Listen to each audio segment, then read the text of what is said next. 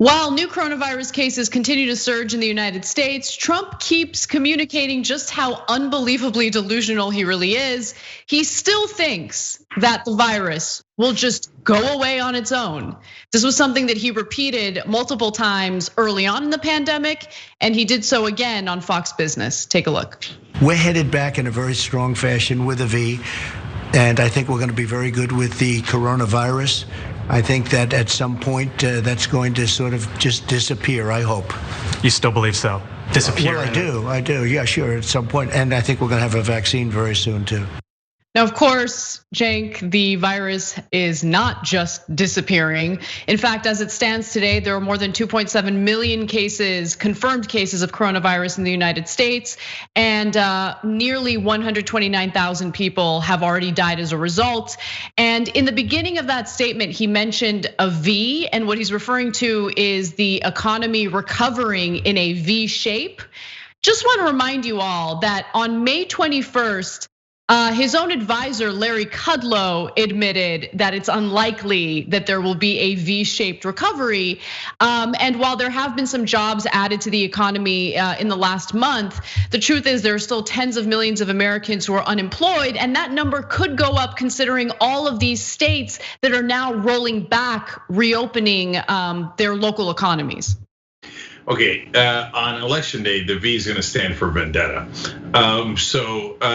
We'll see about his V-shaped recovery. In fact, I want to talk about that first, and I'll talk about the mask. So the stock market's still in pretty good shape, and everybody keeps looking at it like, what? Why? I'll tell you why. It's really simple.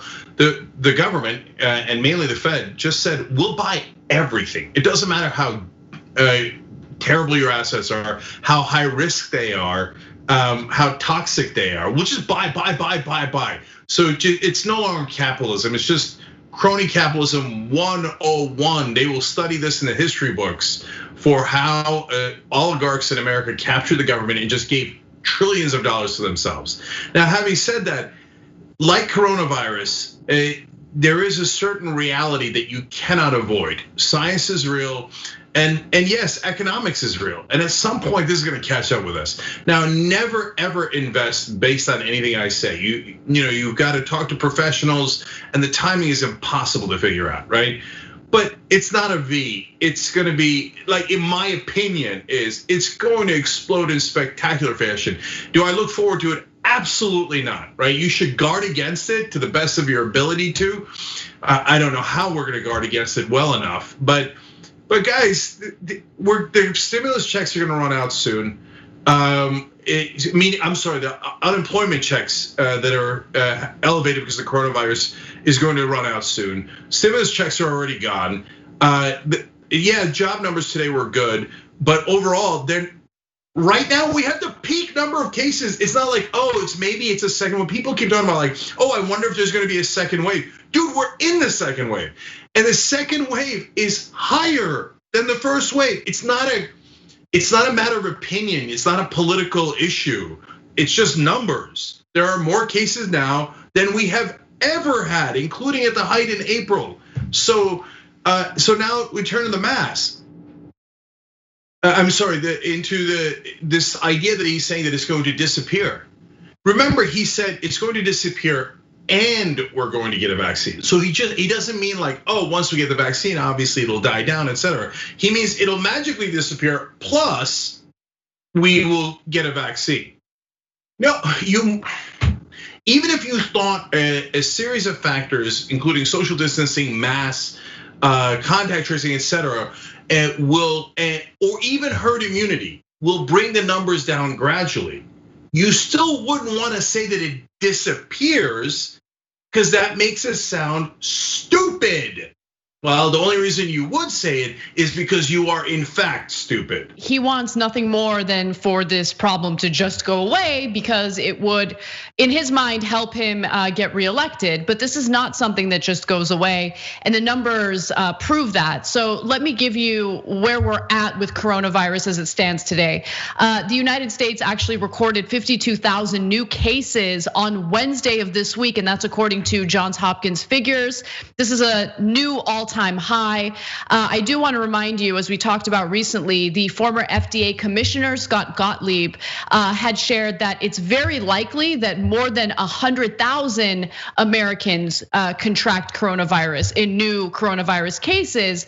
But there are some parts of the country where tests are not being distributed evenly, right? So there are rural parts of Texas and Florida, for instance, that don't have as much access, to these tests. And so there could be people who have coronavirus and they're just unaware of it. And as we know, many people are asymptomatic when they do contract it. Infections are rising in up to 40 states.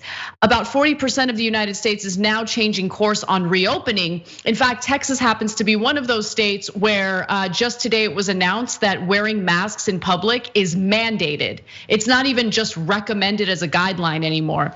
And the spike followed a warning by the public health expert, Dr. Anthony Fauci, that the US is, quote, going in the wrong direction and infections could be more than double to reach 100,000 cases a day. And again, just to repeat myself, former FDA Commissioner Gottlieb said that we're probably already there. And Cenk, when it comes to testing, Donald Trump not only talks the talk, he walks the walk, because he said very clearly that he wanted to slow the testing down in Tulsa. He later tried to, after backlash, claim that that's not what he meant, but his actions prove otherwise. So the Trump administration made a move in a little noticed guideline released on June 23rd by the Centers for Medicare and Medicaid Services. CMS said that insurers no longer have to cover COVID-19 testing when employers mandate a test before an employee can return to work, or when someone is tested as part of a public health surveillance program. So if you can remember, Congress had mandated at the start of the outbreak that the tests needed to be covered, that the individual looking to get tested didn't have to pay anything out of pocket. But essentially, Congress did not provide resources for that. And so now the federal government, as the insurer under Medicare and Medicaid, can go ahead and decide what type of rules they have in place before someone gets approved for a free test. And the Trump administration is essentially saying, yeah, if your employer is mandating it, we're not gonna cover it at all. Because they don't want people to feel like they have access to the test, that they can go out there and get a test to see whether or not they are positive for COVID. So there's two different aspects of that. One is the one you're mentioning, Anna, that well, if it costs a lot of money, there's gonna be less tests. Donald Trump's gonna be happy, but that has terrible consequences, because that means a lot of people that are going into work now will not be tested because it costs too much, and they will spread that within the work, and we will have a lot more coronavirus cases and deaths, which, by the way, does not help the economy, you moron. So the second reason that they're doing it, other than Donald Trump's vanity about, I just want to appear to have less cases, is because the health insurance companies don't want to pay for it. So they sent their lobbyists to the Republicans and said, you remember how we made a big deal out of we're going to pay for it? Shut up. No, we're not. We own you. You do as you're told. Now we're not going to pay for it.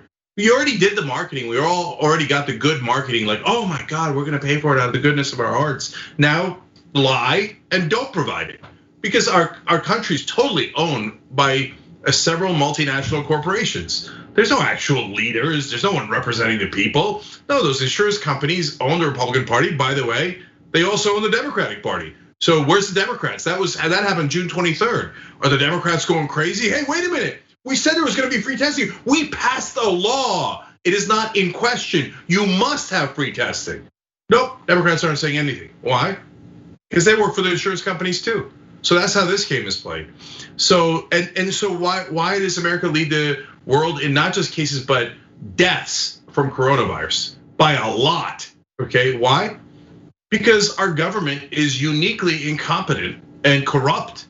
So we have a buffoon for a president who told people not to wear masks. That's so gratuitous. There was no need for it.